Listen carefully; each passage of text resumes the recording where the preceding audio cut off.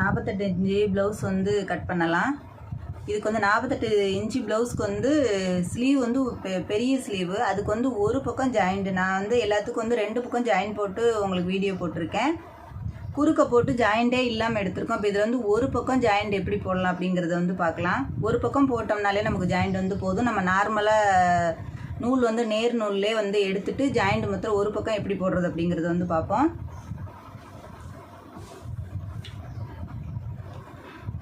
இப்போ வாங்க அதை எப்படி கட் பண்ணுறது அப்படிங்கிறது வந்து பார்க்கலாம். இப்போ நீங்கள் எப்பவும் கை மடித்து போடுற மாதிரி ஃபுல்லாக கை போடாதீங்க. எந்த அளவுக்கு தேவை அப்படிங்கிறது வந்து பார்த்துக்கிறங்க. இப்போ இது வந்து ஒரு பக்கம் வந்து குறைச்சி போட்டுக்கிறங்க, ஒரு பக்கம் ஃபுல்லாக போட்டுக்கலாம். இப்போ இந்த அளவு வந்து நமக்கு வந்து ஜாயின் போட்டோம்னா அது ஒரே ஒன் சைடு போட்டோம்னா போதும். அது வந்து உள்ளே போயிடும் லைனிங் அப்படிங்கிறதுனால. நீங்கள் கையோட அளவு பார்த்துக்கிறங்க.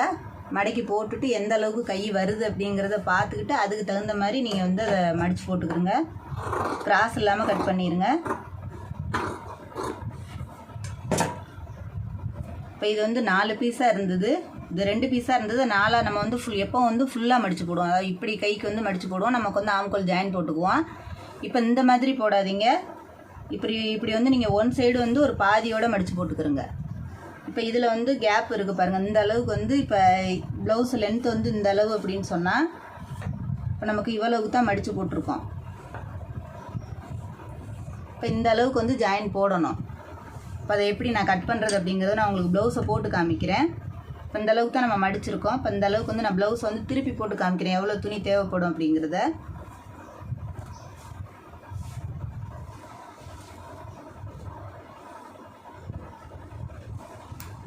கையை கரெக்டாக திருப்பி போட்டுக்கிறங்க. உங்களுக்கு எந்த பக்கம் கை நல்லா ஈஸியாக வருதோ அந்த பக்கம் வந்து திருப்பி போட்டுக்கிறங்க கையை வந்து.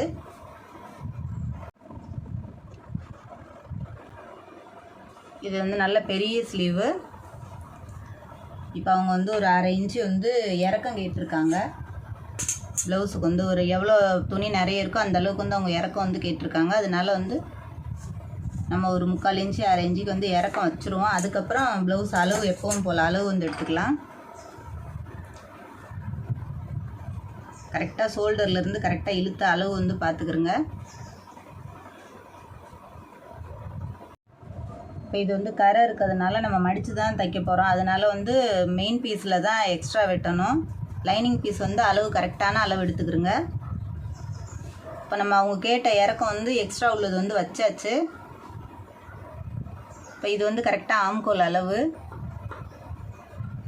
இப்போ இது வந்து தையலுக்குள்ள அளவு. இதுக்கு வந்து நம்ம எக்ஸ்ட்ரா வந்து நான் இப்போ கிளாத் உங்களுக்கு போட்டு காமிக்கிறேன் கட் பண்ணிவிட்டு. இப்போ வந்து ஷோல்டர் அளவு எடுத்துக்கிறங்க. இப்போ எக்ஸ்ட்ரா ஷோல்டருக்குள்ள தையலுக்குள்ள அளவும் அதில் சேர்த்து மார்க் பண்ணிக்கிறங்க. இப்போ ப்ளவுஸ் வந்து நம்ம எடுத்துடலாம்.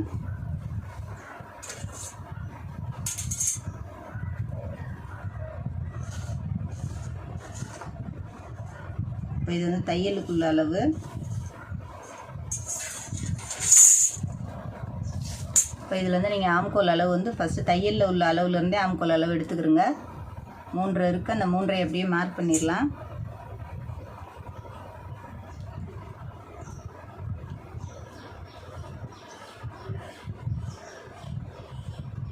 இப்போ நம்ம இந்த அளவுக்கு வந்து ஜாயின் போடணும். இப்போ இதை நான் கட் பண்ணிவிட்டு உங்களுக்கு நான் ஜாயின் போட்டு காமிக்கிறேன்.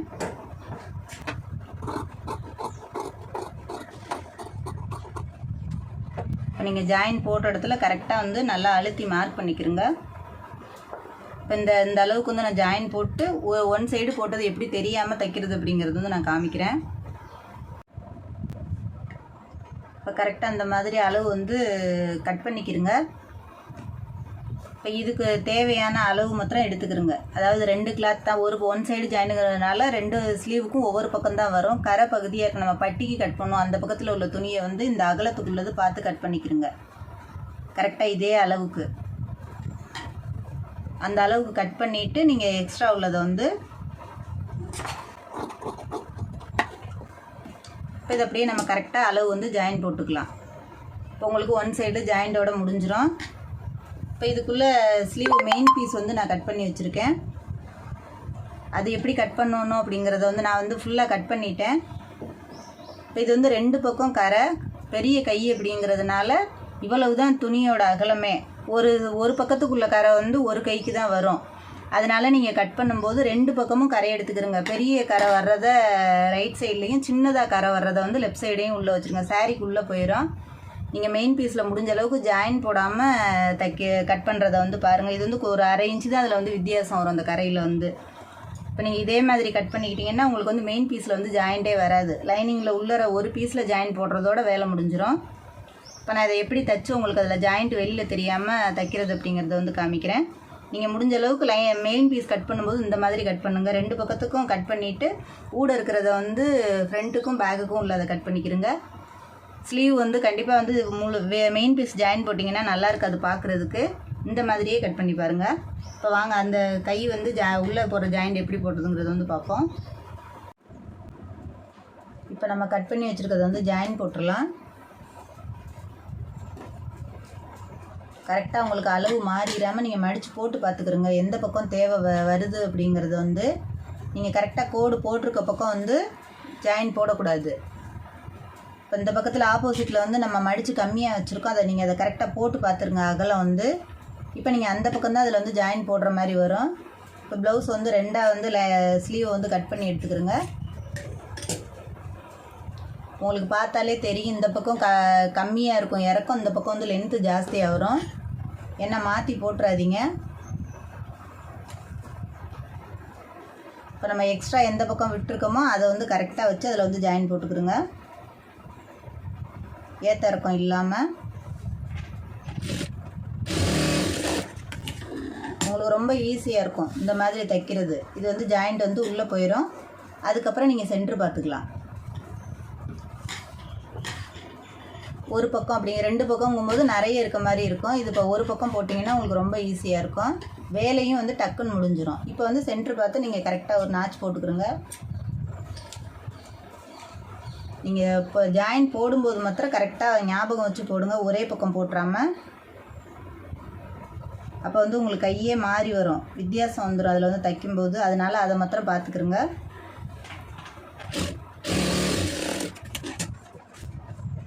கரை பகுதி போட்டிங்கன்னா உங்களுக்கு பிசுறு தட்டாது.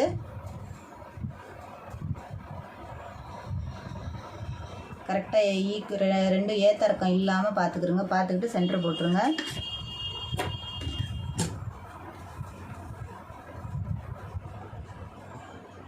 இப்போ உங்களுக்கு நான் அடித்து காமிக்கிறேன். இதை நான் சொன்ன மாதிரியே ஸ்லீவ் எடுத்துக்கிறோங்க 2 பக்கத்துக்கும் உள்ளதை. இதை நம்ம எம்மிங் போடுறதுனால மெயின் பீஸ் தான் நமக்கு சேர்த்து வெட்டணும். லைனிங்கில் வந்து கரெக்டாக வெட்டிக்கிட்டோம்னா போதும். இந்த அளவு மாத்திரம் கரெக்டாக பார்த்துக்கிறோங்க. உங்களுக்கு கைக்கு எந்த அளவு தேவையோ அந்த அளவு பார்த்துக்கிட்டு எக்ஸ்ட்ரா இருக்கிறத வந்து கட் பண்ணி வச்சுருங்க. ஏன்னா நம்ம 2 பக்கம் ஸ்லீவுக்கு கட் பண்ணதுனால கண்டிப்பாக வந்து பட்டிக்கு வந்து துணி பத்தாது. நம்ம பட்டி தைக்கும்போது இது வந்து ஜாயின் போட்டுக்கலாம். இப்போ வந்து லைனிங்கை வந்து ஜாயின் போட்டிருக்கதை திருப்பி உள்ளே போட்டுருங்க. அந்த ஜாயிண்ட் வந்து உள்ளே போயிடணும். இப்போ கரெக்டாக இந்த மாதிரி போட்டுக்கிறோங்க. கரைக்கு முன்னாடி வந்து ஒரு பிளெயின் கிளாத் வந்து கொஞ்சம் கொடுத்துருப்பாங்க. அந்த கிளாத்தை மாத்திரம் கரை பகுதி அப்படிங்கிறதுனால லைனிங் பீஸை உள்ளே வச்சு இதை அப்படியே மடக்கி ஓட்டு தையல் போட்டுருங்க. பிரித்து விட்ற மாதிரி எம்மிங் பண்ணிட்டோம்னா உங்களுக்கு நீட்டாகிடும்.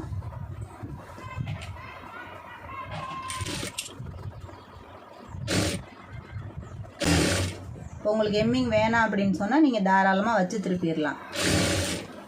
இந்த மாதிரி கிளாத்தில் எம்மிங் போட்டு கொடுத்தீங்கன்னா ஸ்லீவ் வந்து சுருக்கம் இல்லாமல் நீட்டாக வரும்.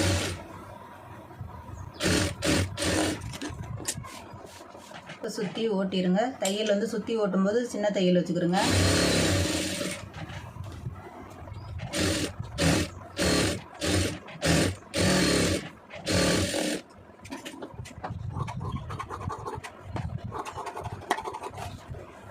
இப்போ உங்களுக்கு பாருங்கள் ஜாயிண்ட் வந்து போட்டது தெரியாது. இதில் வந்து உள்ளே போயிடுச்சு. இந்த பக்கம் ஜாயிண்ட்டே இல்லை. திருப்பி பார்த்தீங்கன்னு சொன்னால் வெளியில் உங்களுக்கு ஜாயிண்ட்டே தெரியாது. ஸ்லீவ் வந்து நீட்டாக வந்துடும் இந்த மாதிரி தைச்சிங்கன்னா. ஒரு பக்கம் ஜாயிண்ட்டு வேலையும் வந்து ஈஸியாக முடிஞ்சிடும். இல்லைன்னா இது 4 பக்கம் போடுற மாதிரி இருக்கும். இந்த பக்கம் 2, அந்த பக்கம் 2. அதே மாதிரி நான் உங்களுக்கு இன்னொரு கையை ஓட்டி காமிக்கிறேன். இதுலேயும் நல்ல பக்கம் பார்த்துக்கிறோங்க. நல்ல பக்கத்தை கீழே வச்சுக்கிறோங்க. உள் பக்கத்தை வந்து வெளிப்பக்கமாக வச்சுக்கிறோங்க. அதே மாதிரி போட்ட ஜாயிண்ட் வந்து உள்ளே போயிடணும். நமக்கு எம்மிங்க்கு எந்த அளவுக்கு தேவையோ அந்த அளவுக்கு மாத்திரம் துணி வச்சுக்கிறங்க. மீதியை வந்து கட் பண்ணிடலாம். துணி கம்மியாக இருக்கிறதுல நீங்கள் வந்து பார்த்து தான் கட் பண்ணணும். ஏன்னா மீதி இருக்கிறது நம்ம எதுக்காக ஜாயின் போடுற மாதிரி இருந்ததுன்னா அதுக்கு வந்து ஜாயிண்ட்டுக்கு வந்து துணி வேணும். அதே மாதிரி அந்த அளவுக்கு வச்சு நீங்கள் எம்மிங்க்கு தேவையான அளவு வந்து போட்டுருங்க.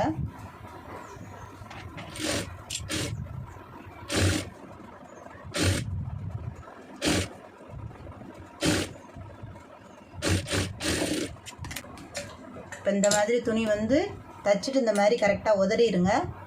உதறினீங்கன்னா தான் துணி வந்து நேர் வரும். இல்லைன்னா ஒரு பக்கம் தள்ளுற மாதிரி இருக்கும், கிராஸாக வந்துடும் துணி வந்து.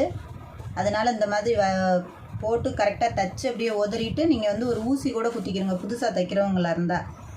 இந்த மாதிரி இழுத்துறாமல் பார்த்துக்கிறோங்க. இழுத்திங்கன்னா இந்த பக்கத்தில் வந்து துணி பத்தாது. அதனால் கரெக்டாக துணியை வந்து நேர் வந்து இழுத்துக்கிறோங்க. பார்த்துட்டு கரெக்டாக சென்ட்ரு வந்து ஒரு ஊசி குத்திக்கிறங்க. நீங்கள் நல்லா தைக்க தெரிஞ்சவங்களாக இருந்தால் பிரச்சனை இல்லை. இப்போ இந்த மாதிரி புதுசாக தைக்கிறவங்களா இருந்தால் இந்த மாதிரி துணியில் வந்து கண்டிப்பாக வந்து துணி வந்து விலகும்.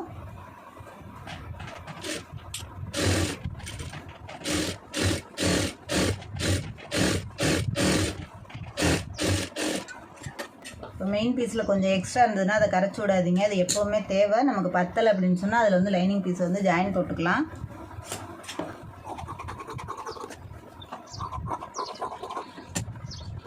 இப்போ 2 ஸ்லீவுமே எவ்வளோ நீட்டாக எடுத்திருக்கோம் அப்படிங்கிறத வந்து பார்த்துருக்கோம். இது வந்து ஒன் சைடு ஜாயிண்ட் அப்படிங்கிறதுனால உங்களுக்கு வந்து ஜாயிண்ட் வந்து நிறைய வேலையும் இருக்காது. இந்த மாதிரி நீங்களும் ட்ரை பண்ணி பாருங்கள். முடிஞ்ச அளவுக்கு வந்து கை எம்மிங் போட்டிங்கன்னா சுருக்கம் இல்லாமல் வந்துடும் கை வந்து. இப்போ இதில் வந்து நான் 2 பக்கம் கரை எடுத்திருக்கேன். அதாவது 2 பக்கம் கரை இருந்தது. பெரிய கரை வந்து லெஃப்ட் சைடு இது ரைட் சைடு வர்ற மாதிரியும், சின்ன கரை வந்து லெஃப்ட் சைடு போகிற மாதிரியும். ஏன்னா இது சாரிக்குள்ளே போயிடும், அதனால் தெரியாது. இப்போ நம்ம ஒரு பக்கமே எடுத்திருந்தோம் அப்படின்னு சொன்னால் கண்டிப்பாக வந்து நிறைய ஜாயிண்ட் வரும். 2 கைக்குமே ஜாயின் போடுற மாதிரி இருக்கும். இந்த கிளாத் வந்து கொஞ்சம் சீக்கிரம் பிரிஞ்சிருச்சுன்னா நம்ம தச்சு கொடுத்தும் பிரயோஜனமே இருக்காது, பிரிஞ்சு போயிடும். முடிஞ்ச அளவுக்கு இந்த மாதிரி ட்ரை பண்ணி பாருங்கள். துணி கம்மியாக இருந்ததுன்னா 2 பக்கம் கை எடுத்துக்கிறோங்க. தெரியாது, ஒரு கை வந்து சாரிக்குள்ளே போயிடும் லெஃப்ட் சைடு போகிறது, அதனால் கண்டிப்பாக தெரியாது. வெளியில் வந்து கம்மியாக இருக்கிறனால இந்த கரை நமக்கு நார்மலாக இது மாதிரியே தான் தெரியும். இதே மாதிரி ட்ரை பண்ணி பாருங்கள். இப்போ இந்த மாதிரி யூஸ்ஃபுல்லான வீடியோ நெக்ஸ்ட் வீடியோ ஏதாவது போடுறேன். இந்த வீடியோ பிடிச்சிருந்துச்சுன்னா லைக் பண்ணுங்கள், ஷேர் பண்ணுங்கள், மறந்துடாமல் சப்ஸ்கிரைப் பண்ணுங்கள், சேனலுக்கு சப்போர்ட் பண்ணுங்கள்.